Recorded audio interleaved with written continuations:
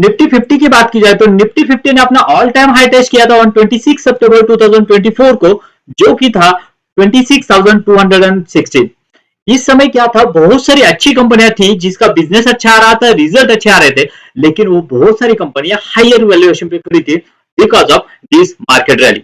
लेकिन अभी की बात की जाए तो निफ्टी 50 में यहाँ पे बहुत बड़ा करेक्शन होते हुए दिख रहा है। तो हम देख सकते हैं यहाँ पे निफ्टी में अराउंड 13% का करेक्शन हमें यहाँ पे दिख रहा है।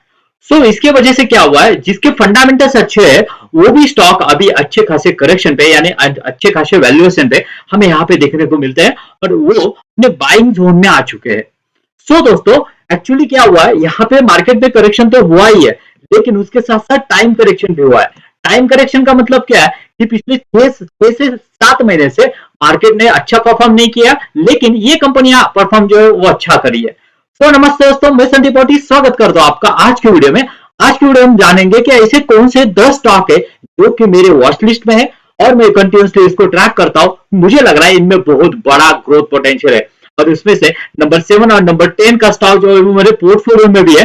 सो चलिए, जैसे कि हम हमेशा कहते हैं, लर्निंग है तो अर्निंग है। चलिए कुछ नया सीखते हैं। दोस्तों, पहला स्टॉक जो है वो है ज्वेलरी सेक्टर से, बिकॉज ऑफ ज्वेलरी सेक्टर में जिस तरह से अनऑर्गेनाइज प्लेयर से ऑर्गेनाइज प्लेयर की तरफ यहाँ पे शिफ्ट हो रहा है, एक बहुत ही बढ़िया अपॉर्चुनिटी मुझे लग रहा है कि यहाँ पे रिटेल इन्वेस्टर या फिर इन्वेस्टर के लिए यहाँ पे ओपन हो रही है और बहुत तेजी से ये मार्केट शेयर जो है वो शिफ्ट हो रहा है। और यहाँ पे मैं बात करूंगा जिस स्टॉक के बारे में, उसका नाम है दोस्तों पीएन गार्गिल ज्वेलर्स लिमिटेड, जो कि फिलहाल पिछले 6 महीने पहले यहाँ पे मार्केट में लिस्टेड हुआ है।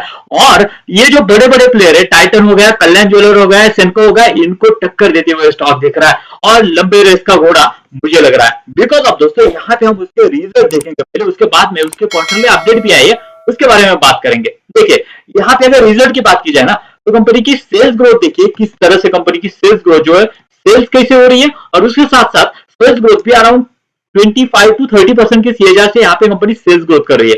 एज वेल एज कंपनी के प्रॉफिट वो भी उसी तरह से यहाँ पे ग्रो होते हुए दिख रहे हैं। हम यहाँ पे देख सकते हैं कि नेट प्रॉफिट भी उसी तरह से यहाँ पे ग्रो होते हुए दिख रहा है। उसके बाद में दोस्तों अभी Q4 का उनका अपडेट आया है और मुझे लग रहा है कि ये एक बहुत ही बढ़िया अपडेट कंपनी ने यहाँ पे दिया है। सो दोस्तों, यहाँ पे हम यहाँ पे नजर डालेंगे। बेसिकली इनके 3 सेक्टर है। यहाँ पे देखेंगे तो ज्वेलरी सेक्टर में पहला रिटेल सेक्टर है, जो कि खुद की यहाँ पे खुद का आउटलेट है और यहाँ पे सेल्स देखेंगे, उसका टोटल कंट्रीब्यूशन अराउंड 82% का कंट्रीब्यूशन में और उसमें 50% का growth year on year basis पे देखा गया है। पहली बात। दूसरी बात है जो कि नॉन रिटेल सेगमेंट है।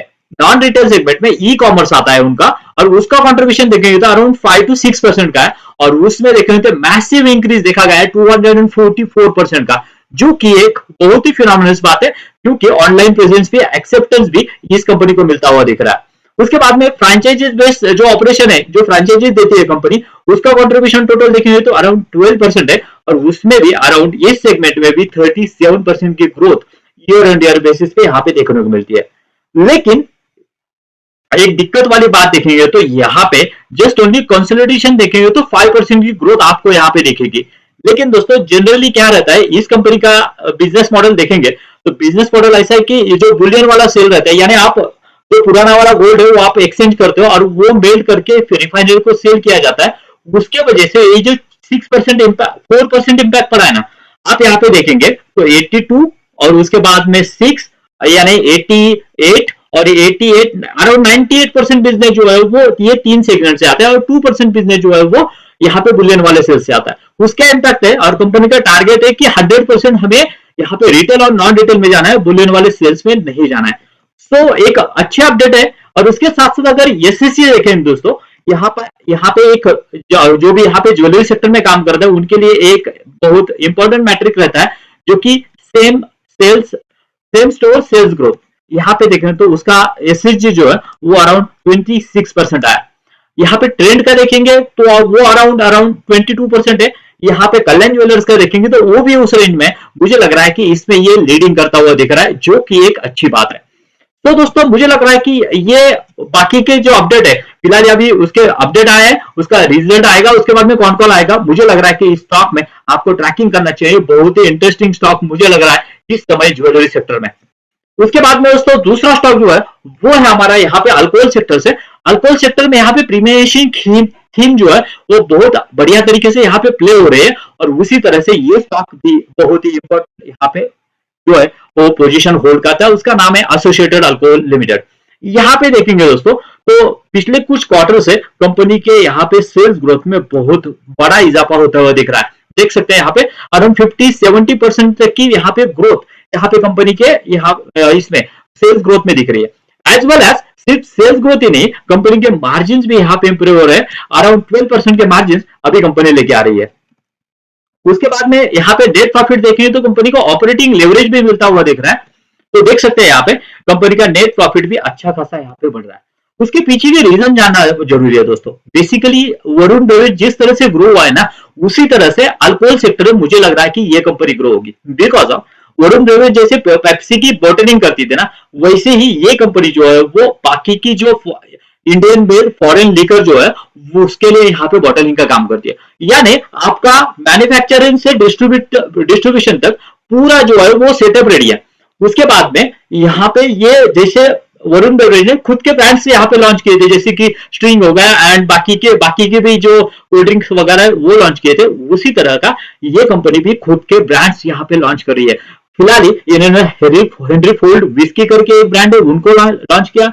उसके बाद में निकोबार जिन करके ये लॉन्च किया, और इसको धीरे धीरे एमपी हो गया, केरला हो गया, यूपी हो गया, ऐसे स्टेट में यहाँ पे एक्सेप्टेंस मिलते हुए दिख रहा है। इसी वजह से मुझे लग रहा है कि उसके साथ साथ इथेनॉल का भी इन्होंने प्लान दिया है, डाला है, और एक्सपेंशन भी ये कंपनी कंटिन्यूसली कर रही है। सो इसके लिए हमें ट्रैकिंग करना होगा कि Q4 के रिजल्ट कैसे आते हैं और ये अपडेट कैसे देते हैं।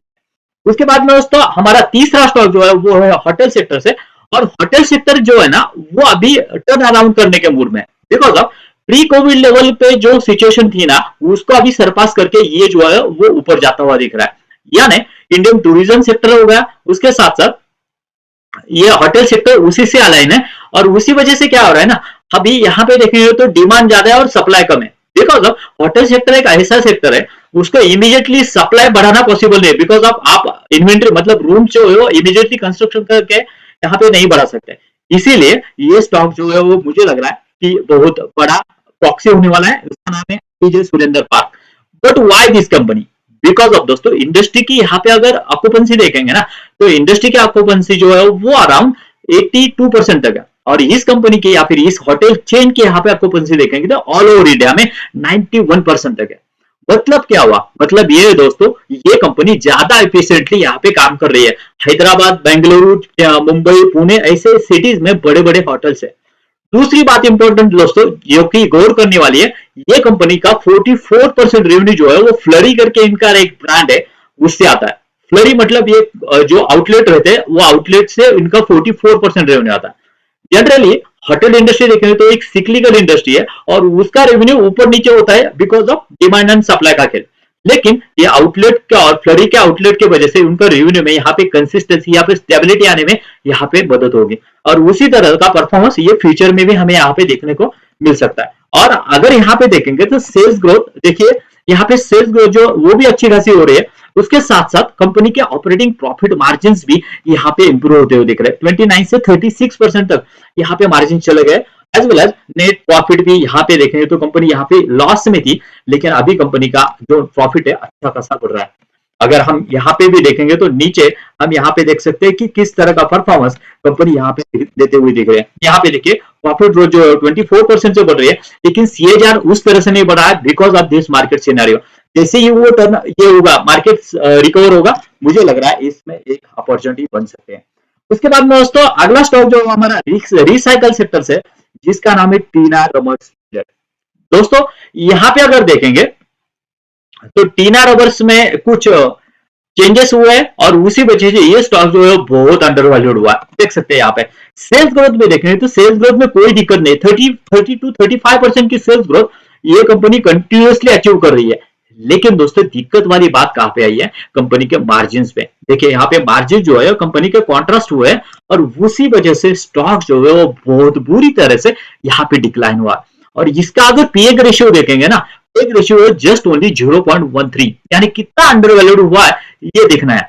लेकिन दोस्तों अगर सस्ता हुआ है तो उसके पीछे की भी कुछ रीजन हो गए, ये अगर मार्जिन डिक्लाइन हुआ है उसके पीछे की भी रीजन हो गए, और अगर हुआ है तो वो मार्जिन कब रिकवर हो गए, ये टर्न अराउंड स्टोरी कब होगी, ये देखना भी बहुत इंपॉर्टेंट है।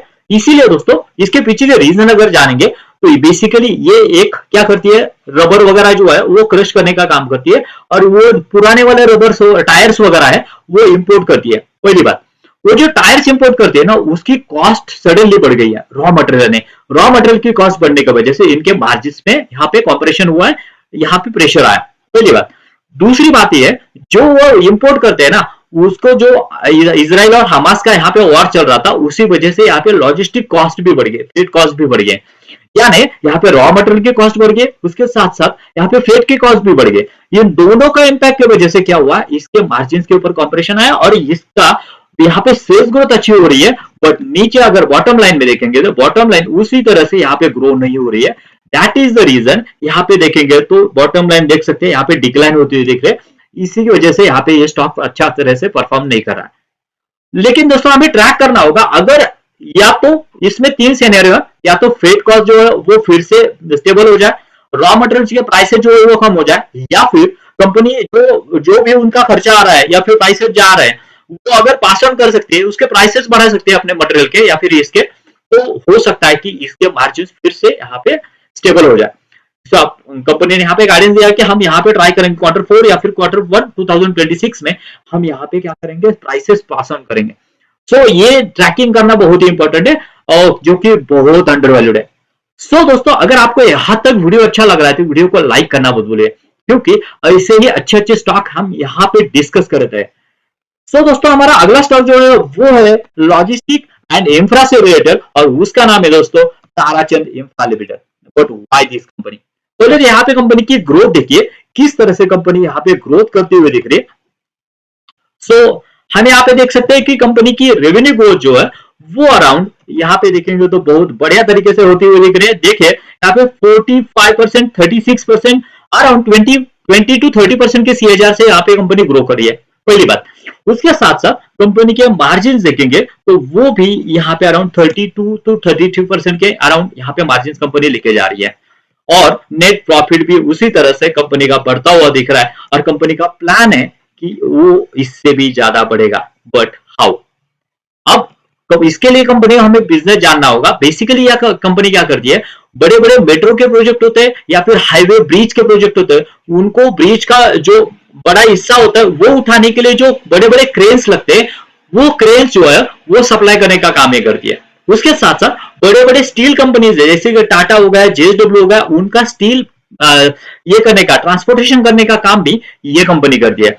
उसी वजह से ये कंपनी बहुत बड़ी स्ट्रेंथ शो कर रही है, बिकॉज ऑफ जिस तरह से गवर्नमेंट का, मोदी गवर्नमेंट का यहाँ पे फोकस है फॉर द इंफ्रास्ट्रक्चर के लिए, और कंपनी नए नए कैपेक्स कर रही है, और जो नए नए मशीनरी जो है वो या फिर क्रेन्स वगैरह जो है वो एक्वायर कर रही है। उसी वजह से ये कंपनी में बहुत बड़ा इंटरेस्ट है, और जिस तरह से सीएजआर कंपनी ने टारगेट दिया है ना, कंपनी कर रही है कि हम इसको अराउंड 30 to 35% के सीएजआर से सेल्स में यहाँ पे हम ग्रोथ दिखाएंगे, जो कि एक अच्छी बात मुझे लग रही है कि इसमें है।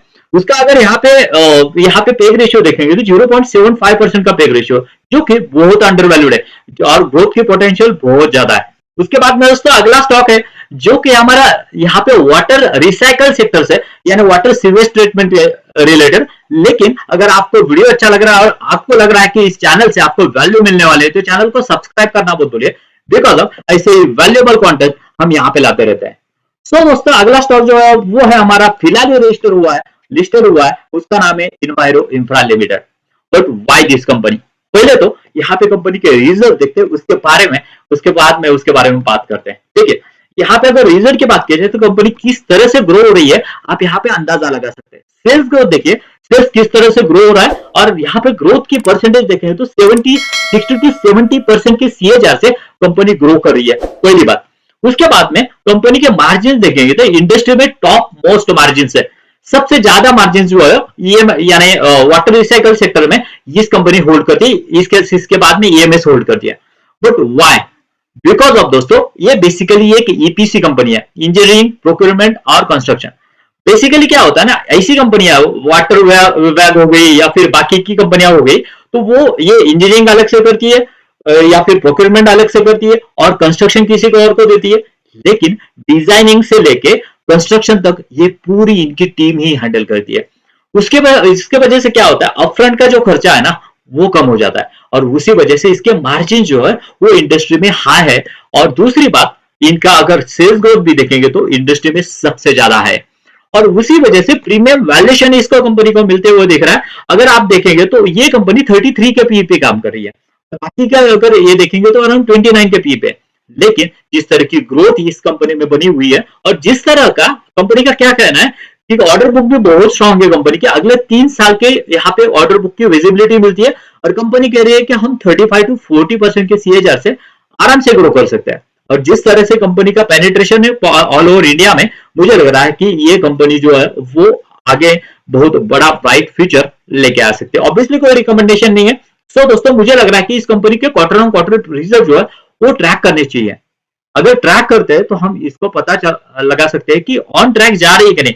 अभी तक जहां से लिस्टेड हुई है वहां से अभी तक जो है ना ऑन ट्रैक कंपनी चल रही है। बेसिकली क्या होता है, अगर कोई कंपनी नई नई लिस्टेड होती है तो बैकग्राउंड वाला डाटा तो बहुत बढ़िया दिखाती है, लेकिन जैसे जैसे आगे बढ़ता है ना, तो क्योंकि प्रोमोटर ने ऑलरेडी स्टेक जो है बेचा हुआ रहता है, लेकिन जैसे जैसे आगे बढ़ता है तो कंपनी की जो रियल सिचुएशन है वो पता चलती है। लेकिन इसके बारे में मुझे लग नहीं रहा है कि ऐसा हो रहा है। This is going on the right track. उसके बाद में दोस्तों अगली कंपनी जो है वो है हमारे यहाँ पे इलेक्ट्रिक व्हीकल से रिलेटेड, और एक इलेक्ट्रिक व्हीकल का जो बूम बढ़ा हुआ है इंडिया में उसकी प्रॉक्सी प्लेयर हो सकती है और उसका नाम है दोस्तों fame industries limited. But why this company? Because of दोस्तों यहाँ पे अगर देखेंगे तो इंडिया की सबसे बड़ी टू व्हीलर कंपनी ओला इलेक्ट्रिक के साथ में इसका कॉन्ट्रैक्ट है और maximum LED headlamp, tail lamp और मिरर जो है वो सप्लाई करने का काम करती है। अभी तक टू व्हीलर से रिलेटेड थी, अभी ये कंपनी फोर व्हीलर में फोरे कर रहे हैं और फॉरेन की कुछ कंपनियां उनके भी यहाँ पे एक्सपोर्ट के लिए देख रहे हैं। उसके साथ साथ देखेंगे मर्सिडीज बेंज के साथ में भी उनका एग्रीमेंट हुआ है और कुछ यहाँ पे जो सप्लाई वो भी हुआ है। उसके लिए हम यहाँ पे किस तरह से कंपनी का ग्रोथ है वो भी देखना जरूरी है। यहाँ पे देख सकते हैं कंपनी जो है वो सेल्स ग्रोथ देखेंगे, सेल्स भी बहुत बढ़िया तरीके से बढ़ रहा है और यहाँ पे सीएजआर देखें तो अराउंड 20 to 22% के सीएजआर से कंपनी अपनी सेल्स ग्रो कर रही है। As well as company margin देखें तो अराउंड 13% के मार्जिन यहाँ पे कॉन्स्टेंटली यहाँ पे कंपनी जो है वो बना के चल रही है। और यहाँ पे अगर नीचे आते हैं तो यहाँ पे देख सकते हैं दोस्तों किस तरह का परफॉर्मेंस अभी तक इस कंपनी ने दिया है। देखिए यहाँ पे देख सकते हैं कि पिछले 3 साल से कंपनी 18% की सीएजआर से यहाँ पे सेल्स ग्रो किया, 50% की सीएजआर से कंपनी अपना प्रॉफिट ग्रो किया और यहाँ पे स्टॉक की बात की जाए तो अराउंड 41% के यहाँ पे रिटर्न्स अभी तक दिए और आरओई देखेंगे तो बहुत ही इंप्रेसिव हमें यहाँ पे दिखाने को मिलता है, जो कि एक मुझे लग रहा है एक अच्छी बात है इस कंपनी के लिए। और अगर इसके पीई की बात की जाए तो जस्ट ओनली 18 के पीई पे ये स्टॉक अवेलेबल है। यानी इतना बड़ा मार्केट करेक्शन होने के बाद में इसमें ऑलरेडी परफॉर्मेंस अच्छा है, लेकिन पी जो है बहुत वैल्यूएबल है या फिर रीजनेबल है, जो कि इसको बहुत ब्राइट अपॉर्चुनिटी मुझे आने वाले कुछ सालों में, कुछ महीनों में मुझे लग रही है। उसके बाद में दोस्तों आप मुझे बताइए कि आपके पोर्टफोलियो में इसमें से कौन सा स्टॉक है या फिर इलेक्ट्रिक व्हीकल से रिलेटेड कौन सा स्टॉक आपके पोर्टफोलियो में जो है जो कि अच्छा कर रहा है। अगर अच्छा है तो मैं भी इसके बारे में वीडियो बनाऊंगा और आने वाले कुछ वीडियोस में तो कवर करूंगा। उसके बाद में दोस्तों अगला स्टॉक जो है वो है वायर एंड केबल से रिलेटेड। जिस तरह से पॉलीकैब ने यहाँ पे परफॉर्मेंस दिखाया उसी तरह का और या फिर उससे भी अच्छा परफॉर्मेंस ये कंपनी यहाँ पे देखने को मिलती है और उसका नाम है दोस्तों डायनामिक केबल्स लिमिटेड। जी हाँ दोस्तों, बट व्हाई दिस कंपनी? उसके पीछे जो रीजन हमें जानना जरूरी है कि क्यों ये कंपनी अच्छा कर रही है या फिर कर सकती है। यहाँ पे देख सकते हैं दोस्तों, पहले तो इसके यहाँ पे रिजल्ट के बारे में बात करेंगे। देख सकते हैं यहाँ पे सेल्स जो है ना ये कंपनी अराउंड 30 to 50% के रेंज में यहाँ पे सेल्स अपना ग्रो कर रही है। यानी यहाँ पे पॉलीकैब देखेंगे तो वो 20% के सीएजआर से ग्रो कर रहा है। उसके साथ साथ बाकी के केबल्स कंपनी केईआर एंड बाकी के जो है वो अराउंड 20 to 25% के सीएजआर से यहाँ पे ग्रो कर रही है। यहाँ पे देखें तो केबल एंड वायर सेक्टर में ऑलरेडी टेलविंड है, यानी ये सेक्टर ही यहाँ पे बहुत कैपेक्स जो गवर्नमेंट कर रही है उससे ही अलाइन है और उसी वजह से मुझे लग रहा है कि इसको ग्रोथ मिलने वाली। लेकिन ये अपने पीयर से भी ज्यादा ग्रो कर रहा है बिकॉज ऑफ उसके अगर मार्जिन देखें तो वो भी अराउंड 10% के मार्जिन लेके चल रही है। और एक बात, कंपनी अभी यहाँ पे सोलर में भी फोरे कर रही है और कंपनी का जो मेन बिजनेस है वो है कि जो गवर्नमेंट कैपेक्स कर रही है, रेल के प्रोजेक्ट हो गए, ट्रांसफार्मर हो गए और बड़े बड़े इलेक्ट्रिकल टावर हो गए, इलेक्ट्रिक टावर हो गए, वो भी उनको वायर एंड केबल सप्लाई करने का काम ये कंपनी करती है। और जिस तरह का कंपनी यहाँ पे परफॉर्मेंस दिखाया है, यहाँ पे हम नीचे आके देख सकते हैं दोस्तों कि पिछले 3 साल की बात की जाए तो 31% के सीएजआर से यहाँ पे कंपनी अपने सेल्स को बढ़ा रही है और प्रॉफिट जो है वो 57% के सीएजआर से बढ़ रहा है। यानी हम यहाँ पे इजीली कह सकते हैं ये कंपनी जो है वो ऑपरेटिंग लेवरेज जो है वो लेते हुए दिख रही है। और उसी तरह का परफॉर्मेंस यहाँ पे हमें स्टॉक प्राइस में भी दिखेगा और आरओई जो है वो यहाँ पे ग्रो होते हुए दिख रहा है। ये सभी चीजें क्या दर्शाती है कि कंपनी का परफॉर्मेंस राइट डायरेक्शन में जाते हुए हमें यहाँ पे देखने को मिलता है। और यहाँ पे प्राइस टू अर्निंग देखेंगे तो 24 का प्राइस टू अर्निंग है, यानी वो अभी भी ये फेयर वैल्यूएशन पे है, जो कि मार्केट का करेक्शन हुआ है। वरना ये स्टॉक जो अराउंड 35 के पीई पे चला गया था, लेकिन मार्केट में करेक्शन हो गया और इसको भी ये जो है वो करेक्शन का मौका मिला। उसके बाद में दोस्तों और एक स्टॉक है जो है हमारा यहाँ पे डिफेंस सेक्टर से रिलेटेड, जो कि फिलहाल यहाँ पे बहुत बड़े करेक्शन में हमें देखने को मिलता है, लेकिन उसके फंडामेंटल्स और बाकी के जो बिजनेस है बहुत ही इंटैक्ट है। और उसका नाम है दोस्तों, यहाँ पे देखेंगे तो उसका नाम है यहाँ पे अवंतिल लिमिटेड। जी हाँ दोस्तों, पिछले कुछ सालों में इस स्टॉक ने बहुत बढ़िया यहाँ पे रिटर्न दिए है। और यहाँ पे इसके बिजनेस के बारे में बात करें, पहले तो यहाँ पे रिजल्ट की बात कीजिए। रिजल्ट की बात की जाए तो देख सकते हैं यहाँ पे किस तरह का परफॉर्मेंस ये स्टॉक जो है वो देता हुआ दिख रहा है।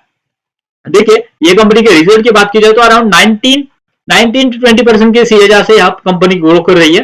पहले तो ये ज्यादा ग्रो कर रही थी, लेकिन पिछले कुछ क्वार्टर से यहाँ पे गवर्नमेंट के कैपेक्स में देखेंगे तो वो गिरावट हुई है और उसी का इम्पैक्ट जो है ना, आप देखेंगे तो बहुत सारी डिफेंस कंपनी यहाँ पे डिक्लाइन हुई है, जिसने पिछले 1 साल में बहुत बड़ी रैली दिखाई थी। वो डिफेंस स्टॉक अभी यहाँ पे गिरावट का सामना करते हुए दिख रहे हैं बिकॉज ऑफ गवर्नमेंट का कैपेक्स कम हुआ है। ये बाकी कोई रीजन नहीं है, उसके फंडामेंटल जो है बहुत ही स्ट्रांग है। यहाँ पे देखेंगे तो एक इंटरेस्टिंग चीज है, कंपनी के मार्जिन जो है वो अराउंड 47% के मार्जिन के साथ में ये कंपनी चलते हुए दिख रही है।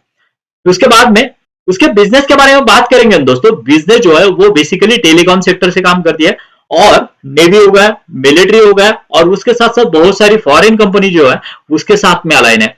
वायर एंड टेलीकम्युनिकेशन के लिए जो रिक्वायरमेंट रहती है ये कंपनी फुलफिल करने का काम करती है। उसके साथ साथ इसरो के साथ में भी कुछ इनके कॉन्ट्रैक्ट है, उनको भी जो requirement as per their requirement वो भी सप्लाई करने का काम अवंतिल करते हुए दिख रहे हैं। इसके परफॉर्मेंस के बारे में देखेंगे तो किस तरह का परफॉर्मेंस पास्ट में दिया है ये भी हम यहाँ पे देख सकते हैं दोस्तों। यहाँ पे देखिए कि 3 इयर्स में देखेंगे तो यहाँ पे 42% के सीएजआर से यहाँ पे सेल्स ग्रो किया, 54% के सीएजआर से यहाँ पे प्रॉफिट ग्रो किया। यहाँ पे भी ऑपरेटिंग लेवरेज जो है अवंतिल को मिलते हुए दिख रहा है। और परफॉर्मेंस स्टॉक के प्राइस के परफॉर्मेंस देखेंगे तो यहाँ पे तो बहुत बढ़िया था। जैसे कि मैंने कहा पिछले 1 साल से बहुत यहाँ पे बहुत बड़ा करेक्शन पूरे डिफेंस सेक्टर में होते हुए दिख रहा है बिकॉज ऑफ गवर्नमेंट उस तरह से यहाँ पे कैपेक्स नहीं कर रही है। सो दोस्तों अब तक थे ये 9 स्टॉक और आखिरी स्टॉक जो मेरे पोर्टफोलियो में भी है, लेकिन ऑब्वियसली कोई रिकमेंडेशन है जो बहुत बढ़िया कर रहा है और मुझे लग रहा है आगे भी उसी तरह से कर सकता है। और उसका नाम है दोस्तों SG mart limited. But why this company?